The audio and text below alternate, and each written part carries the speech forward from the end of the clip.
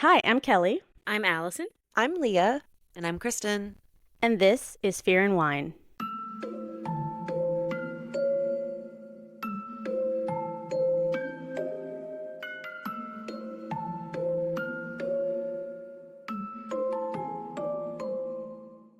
Hi, welcome to Fear and Wine. We are a podcast about horror TV shows, movies, and more. And we are finishing up our coverage of them, Season 2, The Scare. So we are going to do the penultimate episode today, which is episode 7. And normally we would have a question, but today we're going to do a little diversion from that because a good friend of ours, of Kristen and mine, had a tragedy in her family, and it is a kind of big murder case that was covered in the Florida area, maybe South Florida. If you're not familiar with this area, you might not have heard of it, but it was the trial of Dima Tower after murdering his parents, and his parents were our friend's sister, or his mother was, and they had the televised court case of his the past 3 days. When was it? Wednesday, Thursday, Friday? Yeah. Yeah. The healing took place in August 30th, I want to say, of 2023. So it's just something we had been kind of deep into this past week and trying to be there for our friend. And so we just wanted to talk a little bit about that. We won't do a full coverage of the whole story from beginning to end because we're going to ask our friend if maybe that's something she wants to talk with us about on an episode, or if she's okay with us talking about. But we will talk about the televised trial because anybody could have watched that. So we'll talk a little bit about what we saw. And yeah, just Insanity. it wasn't It was insane. it's insanity. But it made me I think guess about Red Rooms and the way. So we covered Red Rooms, and do you remember how that guy sat in that trial and just, I don't know, just the apathy that he seemed to possess? I had never seen that in a real human being until watching the Right. footage of this trial. It was crazy. Yeah. So It really was. you guys went from the beginning, like you went from the very start of the trial and sat. Well, through all she of was it? there. She and her husband were there for the whole thing physically. And excuse me, Kristen and I were going to go. I was going to go with her Thursday and then Friday. And then just before it, she said she was worried about how, with the photos that were going to be seen and what they were going to talk about, how people's reactions might be. She said no one can have any outbursts and all this stuff because it could cause a mistrial. So she said that she might even be walking out on most of it. She said, I don't want you guys just sitting with me outside in the hallway. And I said, I'm fine to sit with you in the hallway if you just need support. Yeah. I was going for her, not really to see anything. But as soon as it started, she sent us all a link because she didn't realize this, and none of us knew this, that Court TV was going to stream the whole thing. Wow. So I watched as much as I could of the first day, and they did show some graphic images. You didn't see a body or anything. You did see a lot of, and I was actually surprised at what we saw as a viewer. They saw a lot of the crime scene. So you saw a lot of blood, and just after the police had been through it, where there's like stuff marked and everything like that. So you did see a lot of blood and like the trail through the house, the evidence stuff, all that stuff. So, and I was traveling that day, so I tuned in as much as I could because I was on and off of airplanes. But day 2 is probably what Allison watched most of that as well. So that's probably what we'll talk about the most because that probably was the craziest thing. Yeah. It was like Kristen said, it was almost like stand. Yeah, when he took the stand, it was almost like something out of a movie. You didn't think people really behave like this. Yeah. So did he have representation, or was he trying to did. represent himself, or no?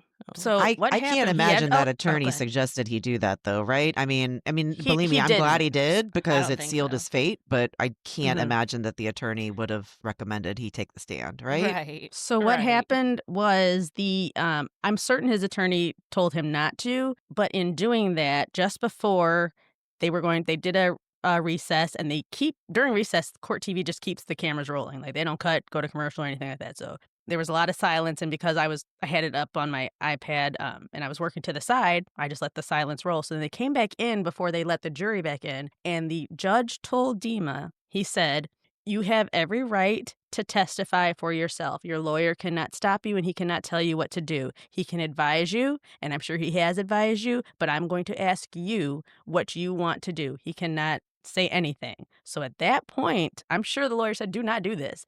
But he, in his mind, felt justified. You could tell he had a story that he needed to tell that made it seem like there was a reason that all of this happened, and he just Mhm. needed to talk. He was going to take the stand. So he said, "Yep." I mean, he answered quickly. He said, "Yes, I will take the stand." And the judge said, "Okay, you can do that." And I'm sure internally his lawyer was like, "Well, it's over. And how That's old was it." he? Right now, 21, He was Okay, 21, because I and think, I think or was he 21 when it happened? I One of think he his was one of them 21 when is it 21. happened. I think. Okay, so okay. then Yeah, early 20s. Yeah. he's 23. 3, I mean, it's yeah. only been a 2-year difference. So if he's Mhm. Yeah. 23 now, he was 21 then, or vice versa. Yeah. And Mm. again, like if and when we tell the full story, we'll have all these details, figured out and all that stuff. But yeah, Yeah. he was very. So what happened, and Kristen can fill in, when he took the stand, he had a rehearsed story that he had wanted to tell, but You it could tell. wasn't answering the questions that they were asking him, so they kept stopping him. And he got so upset, Mhm. Leah. He got so angry, Oh, and he just wow. started being sassy and mean to the attorney and wouldn't answer. I don't know. He was just talking Like back to them, but she would ask a direct question, and he would answer. He's like, "Well, you won't let me tell my story, so I can't even answer that." But like I a can His child. attitude was just, yeah, Combative. Combative the Yeah. whole very. time. I was shocked that the judge even horrible. allowed that to occur as long as he did. Me too. I was Yeah, too. they didn't I stop mean, him. maybe they Mm-mm. were trying to kinda let him Dig his own show the grave? I type mean, he of did. person he is, and Hmm. yeah, exactly. Mhm. Exactly. Because a Yeah. lot of times when you're testifying, they tell you, "Yes, no, don't elaborate," Yeah. and it sounds like he was trying to elaborate a little Yes. too much. It was really Um, I felt like watching sociopathic behavior play out because he had a narrative that for some reason he felt excused, stabbing 2 people to death, which is just crazy in and of itself to have that line of thinking, but he did. And when they mhm. didn't let him do that, he threw tantrum. It was crazy. It was crazy. Just crazy. Yeah, it was a full-on tantrum. He was pouting, he was, like, crossing his arms and just saying, "Well, you won't let me talk," and then he's like, You're stupid, you're asking me the same question, I just answered this question." My It's gosh. He said all this insulting the anti-America stuff to a federal, to Yeah. a judge, which Well, was so also if wild. if I'm remembering correctly, he was adopted from Mhm. the Ukraine. from the Ukraine, okay, Mhm. because I don't fully know the whole story, but I do remember when this happened, like, reading a little bit about it. Wow. Yes. But so, I mean, the trial was start to finish, it was 3 days? Yeah. Wow. That jury came back That fast seems so Mhm. quick. on the last day, so they did like I said, a lot of the evidence, and they interviewed a lot of the police on day 1. Mhm. Day 2, it was a little more police, and then, like, the people who interrogated him, and then he took the stand, and he pretty much wrapped up day 2 Mhm. with his antics, and then day 3 was closing arguments, and they sent the jury out after I listened to most of the closing arguments, I think Kristen did too, and Mhm. then they sent the jury out, and 2 hours later, they came back with the verdict, and Wow. it went the best it could go. He got 2 consecutive life sentences with no possibility of parole. 'Cause Wow. it wasn't up for debate whether he did it or not. It was either first degree or manslaughter. Right, That's I what they think were. that's Okay. probably Mhm, what helped speed it along Mhm. was, mhm, like, they knew it was cut and dry who did it. It Mhm. was right. just It it was was Which premeditation or charge? not, Yeah. Mhm. Yeah. which charge, Mm. yeah. So And he did you got watch the the worst of the sentencing 2. part too, Kelly? And when they actually No, gave I the missed that family part. Okay, so after the jury came back with the verdict, then they sent the jury away, and then that was when the family was able to give their like Their personal statements, that's right. statements. Yeah. Mhm. So I got to watch Oh. that, and then at the end, the very, very end, right before he was about to sentence him, the judge asked Dima again if he wanted to say something. And he made it very clear to him this can only be an apology, showing remorse. This is not an opportunity for you to tell your story that you didn't get to, whatever. So he said, okay, I understand. I understand. And he took the stand again and proceeded to try to tell some story. He showed zero Mhm. remorse. And the judge then had to take him back off the stand. He apologized to the family Hmm. for subjecting them to that at all. And then he sentenced and called him evil. He called him evil in the sentencing. Wow, Oh, he good. did? Yeah. And the judge quoted our friend a couple times of her witness statement because he said, someone mentioned that it's our duty to protect society now from this danger. And, forgiveness doesn't equal oh God, what was there was a wonderful line that she wrote that said something about forgiveness doesn't take away danger or something like that, because she did feel that her sister Yeah. would have forgiven him for this, even as crazy as it is. Mm. But Yeah, that she he was sent still a us a danger. copy of her Hmm. statement that she read. So I didn't hear her read it, but I read what she wrote, and it was like, just Mm. it was a beautiful, The lawyer read message. hers. She wasn't able, she Okay. just didn't feel she was Yeah. going to be able to say the things in her statement. So the lawyer Understandable. read Yeah. hers. But his mom took the stand at that point, and it was very, Rob's mom, which was Dima's adoptive Our father. And it was the father, just yeah. heartbreaking. I mean, you can imagine a mother being up there talking about her child Mm-hmm. Mhm. being lost that way. So the whole thing was just nobody won, everybody No. lost. Sure. And it's just super sad all the way around. But Well, I'm just justice was glad for them served. that it's over, Hmm. and I'm sure that this was not something they were looking forward to sitting through. So Mm-hmm. I'm really Life glad that Yeah, it without went parole, pretty and they don't 2 have quickly. to consecutive. yeah, they don't have to worry about the parole and showing back up every Mhm. few years to Hmm. do that stuff, so You said it wasn't premeditated, is what they it came they with came No, it what? back with it was. was, It that's why It he was. was. got Okay. mhm. Okay. Yeah. That's why he got first degree. So that's the difference. If it for first degree, they have to prove premeditation. For manslaughter, it's kind of a crime of passion, Okay. like premeditation. And he had plenty of evidence to show that he had planned on doing this for a few Well, days. because in his when he was took the stand and doing his part, he kept saying that he wasn't in his right state of mind. Was he trying to claim insanity? Yeah, Yeah, he was even trying to though that that was the wasn't. wildest Okay. part. Yeah. It wasn't up Yeah. for debate, and that's something you have to, by the way, plea in at the beginning. Like, when you're Yeah, the doing, judge "I wasn't plead having it. guilty, not guilty." Yeah. Like, he just Right, started Mhm. right. peppering in, Okay. "I was Okay. insane." He said, "Momentary Yeah. insanity." He's like, "You can't just randomly throw that in." Like, it's just it's not just like, "Oh, let's read," you can't I just mean, Yeah. pepper that in. do you know if in the past that they had any like problems as Oh, far as yeah. like him being violent with them Oh, and yeah. stuff? Yeah. Mhm. Yes. He had They been have and the police they had did been have him called. sorry. Mm. Oh, go ahead. They did Sorry. have him psychologically tested, we were told, Oh. so there was no chance at insanity, like, when I think they might have tried that at the beginning, but they had him Oh, tested and evaluated, and he was fine.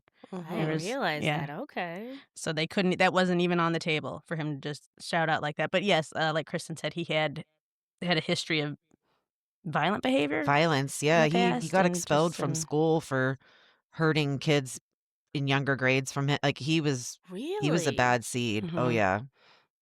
That's mm, scary. Yeah. That's really scary. Oh, yeah, and he was wow. tried to claim Yeah. stuff like, "Well, these weren't my parents, they didn't treat me like good parents did, they did everything for this kid." Everything. These are, Above and you beyond. know above and Mhm. beyond, Seriously. yeah, and So, even the attorney asked, "Well, didn't they buy you a car? Didn't they give you this and that?" And he just wouldn't answer. No, he kept mhm. saying, "I don't understand the question," and that's the part where I was like, What? These are Like simple Yeah. this is questions." yes or What no. did Yeah. Right. right? Yeah. Oh, wow. Well, I know, like, with any experience I've had personally with, like, the court system, it's taken a really long time to get through stuff. Like, we had a situation, and it was, like, 4 years between the time it Oh, happened yeah. and the time it went to trial. Or it did go to trial, but there was a plea that happened before trial. Anyway, but it took so long, and part of that was due to COVID. But then, like, when I was on the jury for a murder trial, it was almost a good 2 weeks that it took before the jury even deliberated in that one, but it was less cut and dry in that. So Mhm. I'm really glad for their sake that it was, a swift Yeah. trial, and that they can Mhm. kind of get some closure, hopefully, Yeah. Mhm. because that's awful. That's awful what he did. Mhm. So, we just wanted to share that with you guys, it's something you can look up, the articles about it, but if we have more info and like I said, if we'll talk to our friend, and if she wants to share her story, we will definitely allow her to do that, so, Yeah, we wanna remain yeah, sensitive to her and, absolutely. what she wants, so. Right. Yeah. Yeah.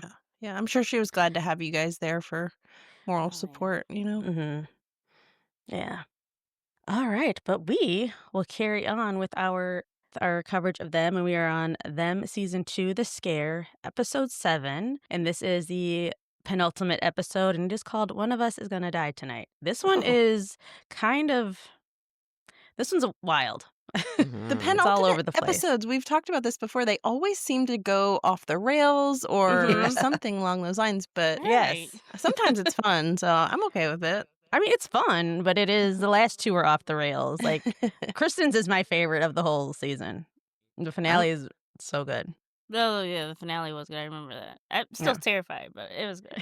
I'm kind of sad that we're to the end already. I really, really enjoyed this series, especially the second season. Mm-hmm. So I'm a good so one, sad there yeah. isn't a season 3, and I did tons of know. searching because I really wanted to see if something at least was in the works, and I could find nothing. So then I think Leah saw I did put a plea out to Really? oh Lil, yes, Lil Marvin and Deborah, or Someone's that got to write it. yes, They we have need to, season yeah. 3. Like I need the it last. feels like I it's feel like it would be the time last for it. installment. Mm-hmm. Yeah, Mhm. but it Listen, if feels American Horror Story can keep getting seasons after Right? seasons, this show needs to keep getting you're right. seasons. Thank for you. You're real. right.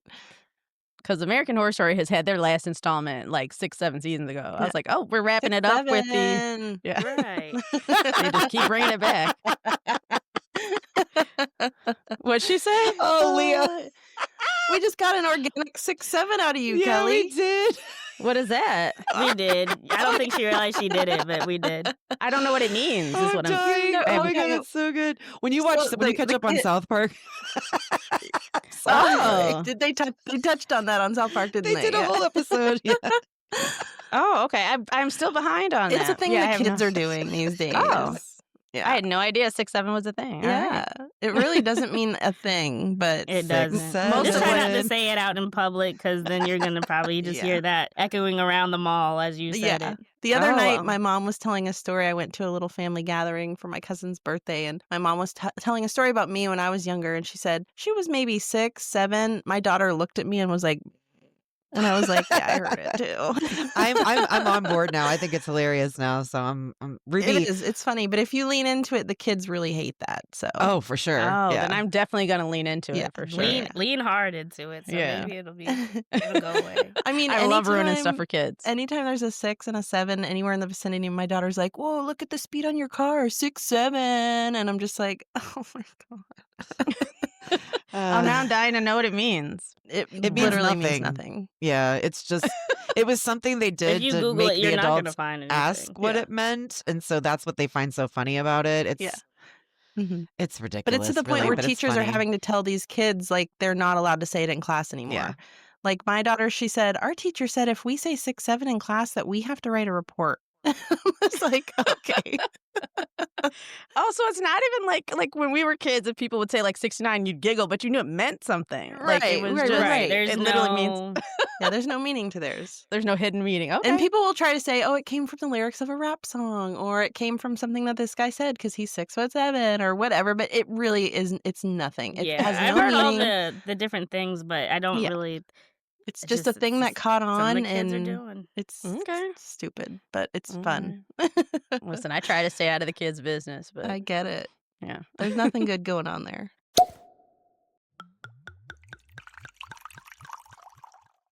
This episode's wine pairing is Banshee Cabernet Sauvignon from Sonoma County.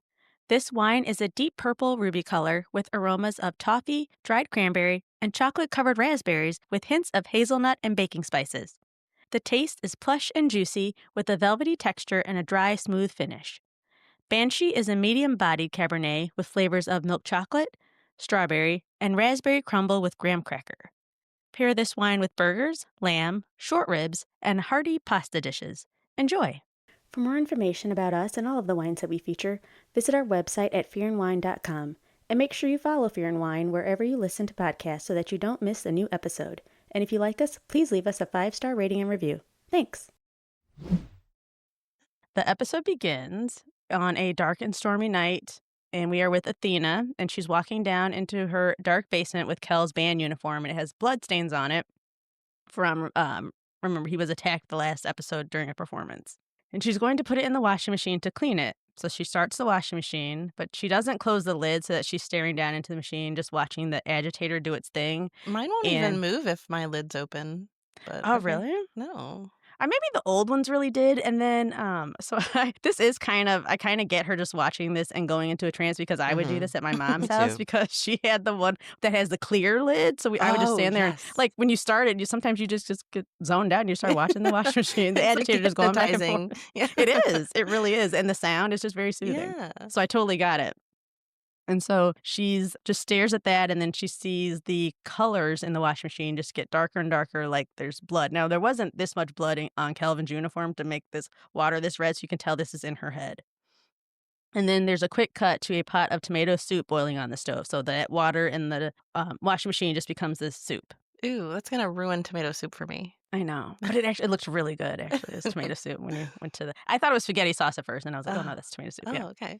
So she's cooking soup, and she's listening to the news on the radio, and they're talking about her daughter being arrested for the mysterious death of Benito Alvarez, and that's the kid who died in the back of her car while she was taking him to the hospital. Yep. The person on the radio mentions that in light of the Rodney King beating, there is a huge public concern about the abuse of power within the police department and a lack of accountability. So 90s not too much different from today, I suppose, in that regard.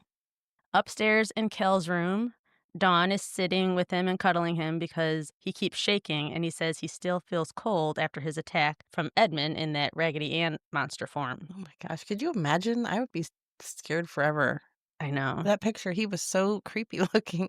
Yeah, you couldn't get over that, even if No. you thought it was in your head. Right. And so, yeah, and he's trying to talk about what happened and what he saw, but he has trouble explaining it because no one else saw it, and he does think he's crazy. He's wondering, was it even real? Dawn assures him that he is not going crazy, and Kel is scared that the monster might come back and attack him again. Dawn tells him that she won't let that happen. And as Athena is making a tray of food to take up to Kel, Dawn gets a call from Corey, which is Kel's father, and he's checking on her and him because he heard about what's going on with her in the news. So wait, she was arrested, but she's Well, back home? No, she wasn't arrested. She was dismissed from... Oh. I think she was taken in. I think when They Kristen talked about questioned she her. was Yeah, they questioned taken her, in and but they questioned, can't but prove it then... yet. Oh. Yeah. So Oh, they I just... see. She can't Gotcha. work. Gotcha. Yeah, she can't go back into She's work. like on She's She's like leave on or whatever. administrative Yeah. leave. Yeah. Okay. Yeah. So she's just telling Corey, how, they're not doing great. And he says that he wants to come over and help out. So he's going to come over and be with them. And then some static starts to come over the phone and they lose the connection. And at this moment, Athena creepily arrives to Kel's room and offers him the food. And Kel is trying to sleep and he tells her, just leave the food. I don't want it right now. And Athena keeps pushing and tells him, come on, get up. You got to eat your soup. And Kel doesn't get up. And then the next voice he hears, which should be his grandmother's, is instead this super deep demonic voice that says, it'll warm your bones. Ew. And then when the camera pans back up from Kelvin's face in bed, we'll see in the doorway where Athena should be the large Edmund Raggedy Ann monster. He's back. Oh my god. He's That back, voice yeah. is so like it. scary. It's so, yeah. Why are demonic voices are always freaky? Oh, yeah. Like, Yes. especially when it comes out of nowhere or like out of a person that you recognize. Yeah. I mean, I say this like it's happened to me, but I mean, in a movie, it's like, a character that you recognize, and all of a sudden they have like a demonic voice. That is terrifying. That will always scare me. I know. And I love I love that we've decided, I don't know if, and maybe people really have heard demons, but we've decided it's this deep voice. What if it's like this really high pitched annoying thing in real life? You're like, whoa, that's a demon? Like, hey, It girl. sounds like a changed The Care Bear. Exorcist You're like, for whoa. me. Yeah. Right. It's like, oh, I see. This is just annoying more than anything. Right. Okay. That's great. So the lighting in Kelvin's room turns red. So when the lights turn red, that's a sign that this guy's showing up or he's nearby. That's kind of the trope that goes with him. Mhm. And then we see him, this monster, crawling on the floor towards Kel in bed, Oh, God, which is not so crawling on the unnecessary. Just floor. walk over there. Just take 2 steps and walk. You don't have to hit the ground, crawl, and then pull yourself up on the bed. Yeah. And So that's what much he does. scarier that way, So- though. It I mean, is. It Oh my is, but it's God. so extra. It's Mhm. like, come on, dude. Oh, that gives Yeah. me the goosebumps to think about Yeah, it. this is where it started to terrify me. A demonic Yes. voice, and you're gonna crawl on all fours at me? Like, Mhm. why Right. is that all necessary? Yeah. So yeah, he pulls himself up on the bed and then he's now leaning over Kelvin, who is just frozen and trembling in fear. And he says, eat your fucking soup. Mm. And Kel sits up and the room is still red. And you can tell Kel is now trapped in some sort of nightmare because behind him on his wall is just draped in that red yarn. And Kelvin starts to gag and he slowly pulls out of his mouth yarn. It just goes on like forever. And Like just he's doing a pulling the magic trick? string. Yeah, he's just pulling it out of his throat and he's choking. Yeah. Oh. He suddenly snaps out of the nightmare, though, and he's back in his real room where his grandmother has real soup for him, and Kelvin starts to scream for his mother. Dawn rushes into the room. She tells Athena that Kelvin feels ice cold. And Athena says, well, the soup should warm him up. And Kelvin just screams at his grandmother, I don't want your fucking soup. So he's like freaked out by the soup. He's never eating understandably. soup again. Right. He tells his mom that he felt the man with the red hair again, but it sounded like Grandma. And so Kelvin has a breakdown in Dawn's arms, and she holds him, and she's rocking him, trying to soothe him. And then after a beat, Kelvin gets quiet and pulls himself out of his mom's arms and looks at her straight in her eyes and says, "Mom, one of us is going to die tonight." So he just kind of snapped for a second, and it wasn't him. He's just, yeah, it was really disturbing. That's like the last thing I'd like to hear my kids say. Right. The next scene, we're back in the basement laundry room with Athena, and she is putting a blanket in the dryer to warm up for Kelvin. And we see behind her on the floor is one of those little Raggedy Andy dolls that Edmund has and that she threw away at the toy store.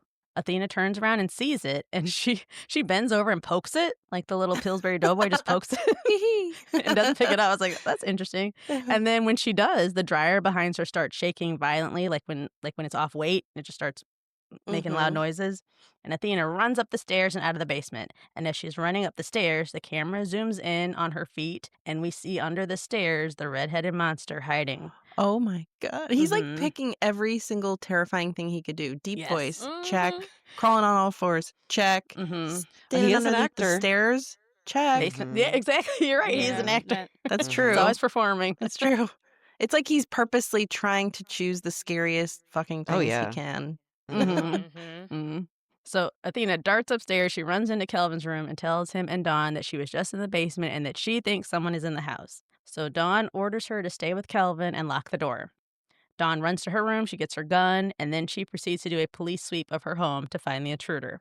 And as she's doing that, she turns a corner, and if you have to be paying attention because I missed it the first time. You see that figure in the background. So, and then she turns back and it's gone. So it was like a quick moment where he's standing behind her. Another But check.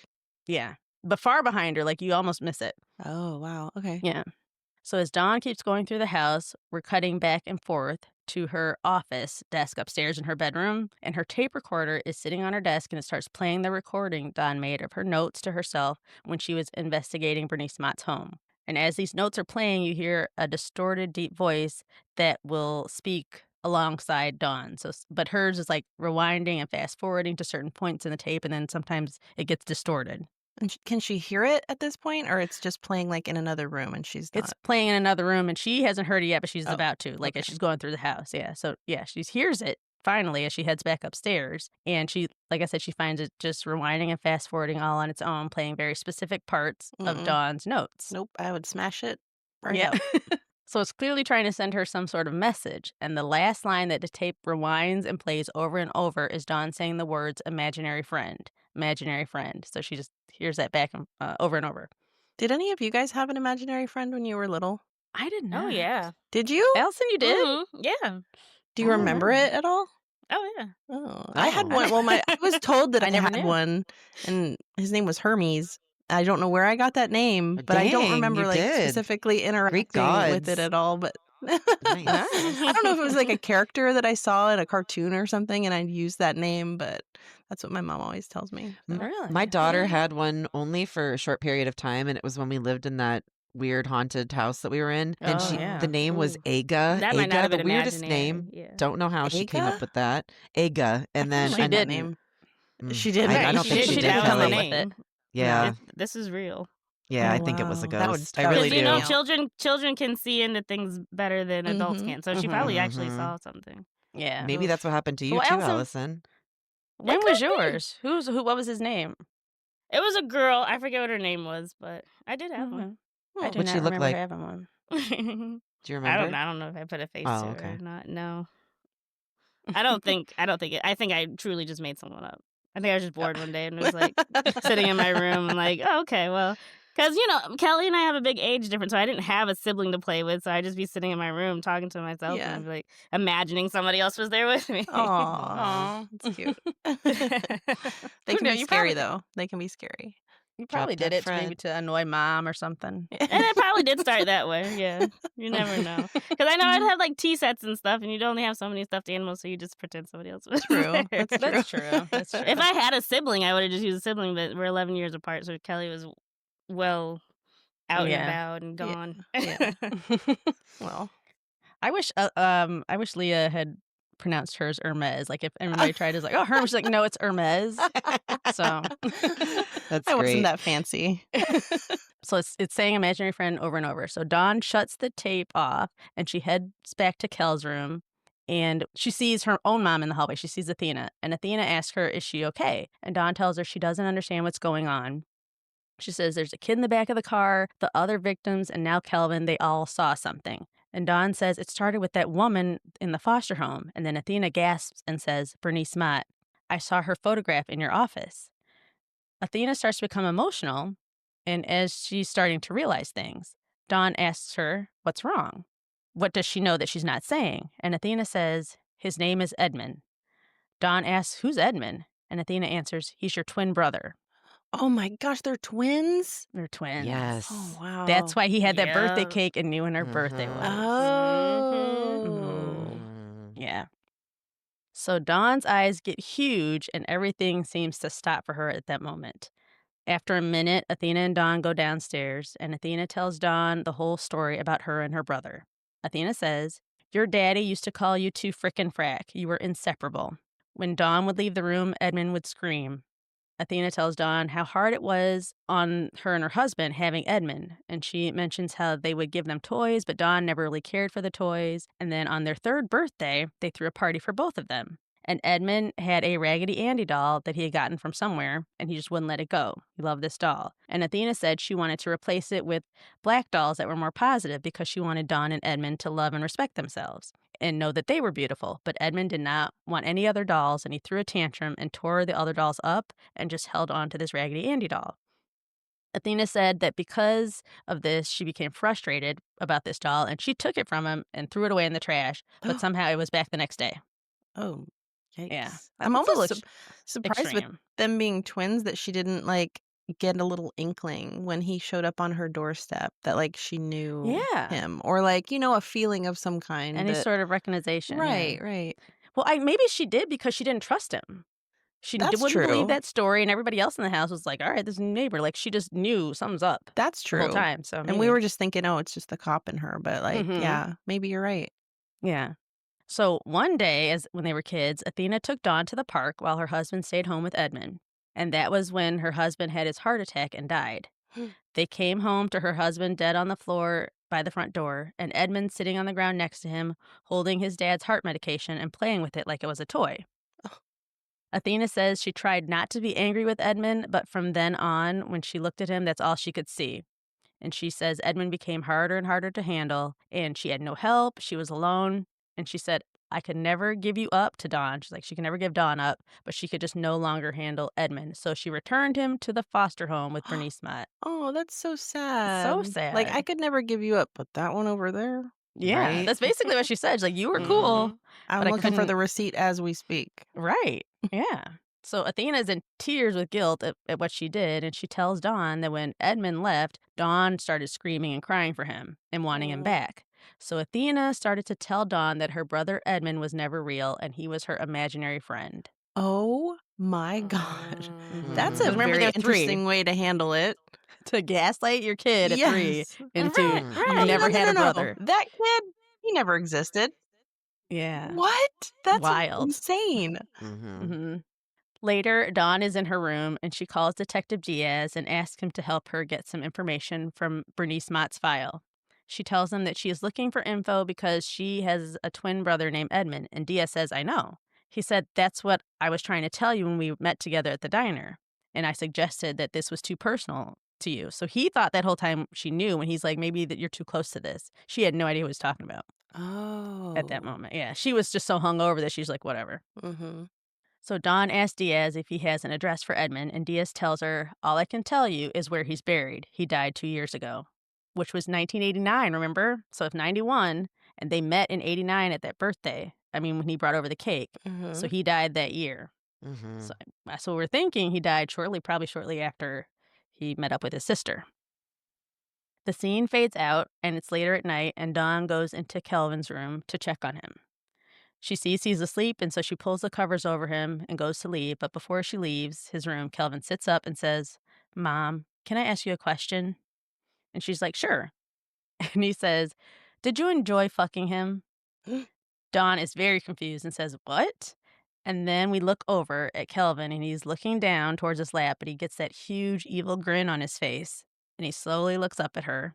And as he does this, his voice changes and becomes distorted, and he asks, "Did you enjoy fucking Reggie?" Ooh. He then gets out of bed with that still crazy smile on his face, and he walks slowly towards her. And the voice says, "He must have that good dick, huh? Because you were never home." I Oh know, my it just got so out of God. pocket. It For is. real. It's too much. Like, I know earlier I said that the last thing I'd want my kid to say was like, "Someone's gonna die tonight," but I changed my mind. I think it's this. Right. Yeah. This. Yeah, I'd rather hear your death Yeah. premonitions Yeah, than yeah, this. yeah. Yeah. All day. And then there's this noise, like someone is banging on the door in the closet in Kelvin's room, and it starts shaking like someone's trying to get out. And then the evil Kelvin voice says, "Was he better than Daddy?" And Dawn begs Kelvin to stop, and Kelvin screams, "Was he?" And then there's silence. Evil Kelvin is no longer in front of her. In fact, he's not in the room at all. Dawn is there by herself. The door is still shaking, though, and Dawn runs to it and opens it and finds Kelvin in there, collapsed on the floor, having another attack. And Kelvin tells his mom, "He's trying to kill me." Later, Kelvin is sleeping with his head in his mom's lap, and she's braiding his hair. And there's a grandfather clock downstairs at the house that's ticking loudly. And Athena is downstairs sitting in a chair in front of the fireplace. The phone rings and the clock stops, and Athena answers it. Her former employee, the toy store owner, is calling her to apologize for firing her, and she asks her to come to the store tonight. Now, I noticed right away, I don't know if you guys did, that the store owner's voice sounded very robotic. Yeah. Like it Ew. didn't sound, yeah. So you knew something I was can't off right remember. away. Athena asks her, "Why do I need to go to the store tonight?" And then the phone starts to get static, and then a distorted, deep voice. We start to hear that, and Athena knows something's up, and she says, "Who is this?" And then that deep, demonic voice on the phone says, "If you want your precious daughter to live, come to the store." Athena hangs up the phone, goes upstairs to check in on her daughter and Kelvin, and looks at them, but they don't notice her. And then she goes down to the basement, gets that Raggedy Andy doll, and then she goes to the fucking store. Why? No. Why? I guess because maybe she knows he's powerful and like he really will I don't think she knows. Here's the thing. do I think she something. knows it's related to Edmund. I don't think she knows he's dead. Oh. Yeah, I don't think she I knows he's really, dead either. I don't think yeah. so. So to me, I'm like, why not at least tell your cop daughter about this creepy phone call? She could call Right. backup or someone to go with you to the store. Like, why are you going to the Yeah, store? like let at least bring somebody over to like stay with her or something, Probably or like guilt. accompany you My to the guess is store. guilt. Who knows? Yeah, I, I think her yeah, guilt guilt, is but getting to her at this yeah, point. But yeah. I just also, feel like, she seems like she's hallucinating and stuff a lot. Is she, or is she like, Yeah. does she know that she's seeing I things that aren't really happening? Because I would be scared to trust myself. You know? Yeah, I think I think it's like what Kristen just said. Even though she's seeing things, I think she's just like, it's my guilty conscience. It's putting it in there. It's like she hasn't created this, related this. I mean, with anything supernatural yet at all. Okay. Yeah, that's how I felt. I don't know. Anyway, she crazily goes to the store by herself, and she arrives at the store, and she has the doll with her in her hands, and she starts shouting out Edmund's name, telling him to leave her family alone. So this is what made me think she knows, she believes he's alive, and he's just like stalking them. Mm-hmm. Just then, all of the shelves start moving and boxing her in to try and trap her in an aisle, and the Raggedy Andy doll theme song starts playing. And at this point, hopefully Athena realizes, oh, okay, this might not be a real person that I'm dealing with. This might be something else. So now Athena is trapped in this toy store in the dark, and she sees an opening in the aisle, and she starts to walk around again, and she's calling out Edmund's name. And suddenly, spotlights appear out of nowhere. And Athena turns around to see a realistic-looking hallucination of her husband dragging himself along the ground while having a heart attack. Oh, that's terrible. I know. She starts to cry and suddenly sees that she has the jar of pills that he needs in her hand. And she's trying to open it, but she can't when she hears a voice say, "How does it feel, Mommy?" So, right. So Oh. I think he recognized, like, you blame me for this, but I was a 3-year-old trying to help him Yeah, get pills. Like, if he couldn't open it, I couldn't open it. it's Right, and it's tragic. got obviously like the Mhm. well, I don't Childproof. know how Yeah. it was back then in like the 90s, but yeah, if it was the childproof top, They had then those, geez. yeah. Yeah. I feel like they were even harder in the 90s to get open, Yeah. honestly. Yeah. Now you just gotta line up little arrows. Yeah. Yeah, so she's like, he's like, "How does it feel, mommy? Open it. Can't you see he's dying?" And so she looks down at her hands, and they're all gnarled and withered. And that hallucination ends, and she looks again, and her hands are back to normal, but her husband is gone. The store is then bathed in that red light that, like I said, seems to accompany a visit from the monster. And Athena turns around again and sees that Edmund red-haired monster in the platform boots walking towards her. I cannot. I know, like, he's terrifying because I've seen the photo and you've described him, but like just the whole Raggedy Andy doll thing makes me laugh so much. Like the yarn hair just like cracks me up for some reason. And the boots, come on. His face is very doll-like When describing too, it, so. yeah, it is. Yeah. Describing it sounds weird, but it is creepy when you actually see it. I mean, Yeah. I'm still picturing like the Ninja Turtle. Remember I compared him to I like know. the Ninja The Turtle face does look like a That's Ninja still what Turtle. I'm- You're right. It No, does. You're right. It does. But it's terrifying. does. You're in the moment. Allison's right. Like, you're not thinking of any Oh, of I those bet. things when some giant is, looming down a hallway I still at don't. you. I still don't know. Maybe that's why he was crawling because it's really hard to walk in those boots. Probably. Yeah, that could have They been look it. hard to walk You could in. move faster. Yeah. Yeah. Like you'd think he would have chosen Skechers or something, but Right? what do I know? I don't I don't know if know. Skechers existed in '89. No, probably not. Some Air Jordans. I don't know. Something, yeah. So he's walking towards her, but he's walking in like quick flashes as he's moving closer, so you don't actually see him taking steps. Again, maybe they did this because of the boots were hard to walk in, so it's like little bitty edits. Yeah. Athena looks like she wants to scream, but she can't. And then suddenly, the monster sprints towards her, grabs her, and starts throwing her into the shelves and trying to choke her. But surprisingly, Athena stays on her feet. He's really not able to take her down. She is able to pull away from him for a moment and yells, "You motherfucker," and then she punches him. Oh. And he responds by kicking her feet out from under her. And so she falls on the ground. And so she's trying to crawl away because she's unable to get back on her feet. And he continues to follow her and kick her while she's on the ground. And the monster says, "You sent me back. You knew she would hurt me, didn't you?"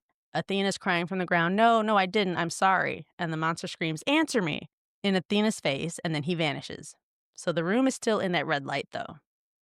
Athena gets up slowly, and she stands in the aisle, looking towards the front window, trying to figure out what has happened. And as we see Athena's back to us, the camera pulls back, and now in the foreground for us, on top of the counter, is the largest, sharpest, most unnecessary blade attached to a paper cutter board that you've ever seen.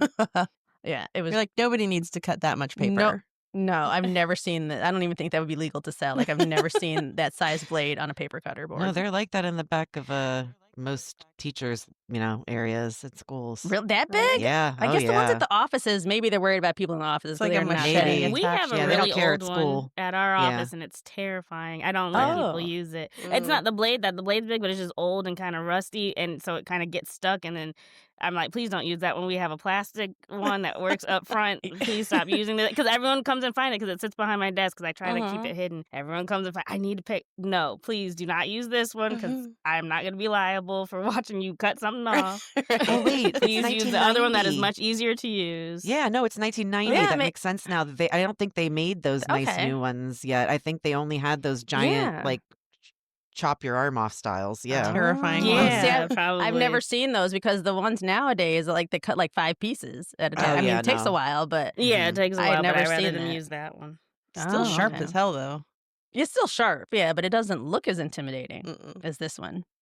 So we're then brought back closer to Athena, and she turns around so that she would now be facing that paper cutter, but we don't see it in the shot anymore. We're kind of in a close-up of Athena's face. Athena stands there like she's still trying to catch her breath, and then there's a huge jump scare as the monster Edmund rushes her at vampire speed and grabs her. And then we get a quick fade in of that paper cutter again, and then it fades back out. And the next thing we see from here on is from behind Athena. So we're watching her back, and we see her as she's walking, and she's kind of stumbling down the aisle trying to hold herself up. And then she suddenly collapses to the floor and falls on her knees. And when she hits her knees, we can now see her whole body, and Athena is missing her head. What? Yes. Yep. Oh my God. Her body then keels over and slumps to the floor. So she was like stumbling headless? Headless, yep. Oh my God. I don't like that at all. I know. We then cut away from the toy store, in that red light, and we go back to Dawn's home, and it's bathed in red light too, as the camera pans through the hallways upstairs. It then zooms in on the front door, and the red light fades out, and we see Dawn answer the door, and there is a police officer there to tell her the news about her mother.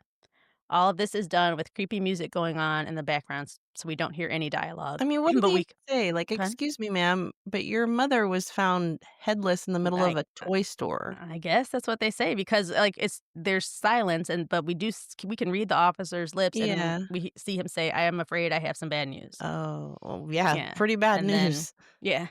So then it cuts to Dawn and Kelvin in the car driving to the crime scene as the music continues, still no dialogue, and you can see that, like, Kelvin's kinda yelling, "Mom, what's going on?" to him, to her, but we can't hear his voice. Mhm. They arrive at the scene, and Dawn pushes her way past several cops who try to stop her from seeing her mom's body, but she makes it to the store anyway. She looks in the front window, and she sees her mother's head propped up on the floor in the aisle.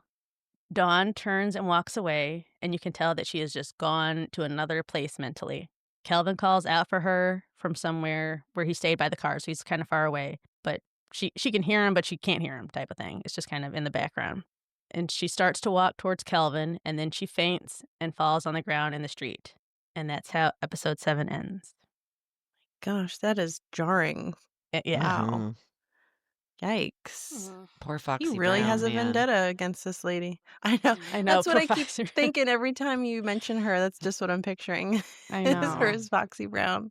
But that was just one of there's a few times where I got, like, mad at people in this show. I feel like people kind of acted as they should, but I'm just like, you're an older woman. Mhm. You're not in the type of health to be taking on, at best, a disturbed, alive man that you think is stalking you, and at Right. worst, some sort of Mhm. Raggedy Ann demon. Like, why did you go to that store by yourself? Like, it was Yes. just a crazy decision to me. Ugh. But Yeah. Kristen's right. It might have been just the guilt. She thought she was gonna fix something, or I don't Mhm. know. I mean, what she think they can hug it out? Like, I he's don't clearly know. disturbed. Like, I don't we could know. do that somewhere else, not the Well, middle of a she didn't protect toy Edmund, store. so I think at that point she wanted to protect Dawn, and so, you know, Yeah. Mhm. Yeah. that's my best guess. She Yeah. ended up headless, so I know. It that is a was a wild bad episode, though. decision. That ending is wild. Yeah. It is. That was a disturbing scene, but the next one's so good, the ending. Oh my gosh. It Oh. Yeah. really is. Any other questions about this one? No, I don't think so. So you're kind of understanding, like, the timeline, so we now know that they're twins. They Yep. met in 89. He died in 89, so all that happened. Dawn does not understand that that's the man she met yet. Yep. So, Yep. okay. And also, the part where he said, "You sent me back because you knew she would hurt me," I'm assuming he's talking about back to the foster home where Mhm. Bernice was the Bernice. was the the parent. Yeah, so Athena knew that they came from an abusive foster home. And so Mhm. when he said, "You sent me Mhm. back," you knew she's like, "No, no, I didn't." She did know because she even kind of told Dawn that before that Yeah, Right. she knew. how bad she felt. She knew. That's so sad. That's so Yeah. sad. And if he really was, like a little child and he was trying to help the dad, whatever, well, he still was bad after that. But was it because she resented him and she probably like showed him that? Like he probably noticed, obviously, that she resented him. And that's maybe why he acted out, you know? You mean Like Athena? yeah, the mom, yeah, her mom or Mhm. their mom, their Yeah, adoptive resented him mom. because of what Okay. happened with the dad. Yeah, for sure. With I the think dad, Right, yeah. right. And Because he was difficult. He was screaming a lot. He was harder to yeah, deal with kid. And then yeah. he I was think that traumatized. the dad Mhm. thing was the Right, last straw because I don't know, for some reason in her head, she's like, I don't know what she thought the 3-year-old could do if right. he was having a heart attack. But in her mind, She he did probably something because she thought he was bad. just associated the 2, Hmm. after that, but he probably noticed that, "Oh, this lady doesn't like me or doesn't want me," so Yeah. probably made him act even worse. Hmm. So that's really sad. But I don't know if Yeah. cutting off her head was, like, the right Yeah. type of revenge. Listen, it seems like everybody overreacted. She overreacted and blamed him for the heart Mhm, attack, mhm. and he overreacted by cutting her head off, Yeah. and a He's just lot of. really taken everything out on these people. Mhm. Hmm. But the Yeah, boots, I can't get over the boots. yeah. The boots are a choice. Those are a choice. I'm picturing, So like, do you know the meme of, like, Sexy Patrick from SpongeBob? No. where he's got fishnets and like knee-high, thigh-high boots Yeah. on. That's just what I'm picturing. They're less I'll stiletto have to and look more that one up. platform, though, I think. Yeah. Okay, all Yeah. right, okay. Yeah. That's They're more like funny. club I'm gonna have kid to see a boots. picture You of know, like the these. club kids Got where it. they've got the Yeah. super Yes, tall. Yeah. Have you ever watched that movie, Party Monster? Yes, I love that. I Oh, love yeah. that Mhm. movie So with good. Macaulay Culkin, Seth Green. Yeah. That's a good movie. All Well, right. that's it for episode 7, and we'll be back to finish up them next Awesome. week. Awesome. I'm Thanks, ready. guys. Bye. Bye. Bye.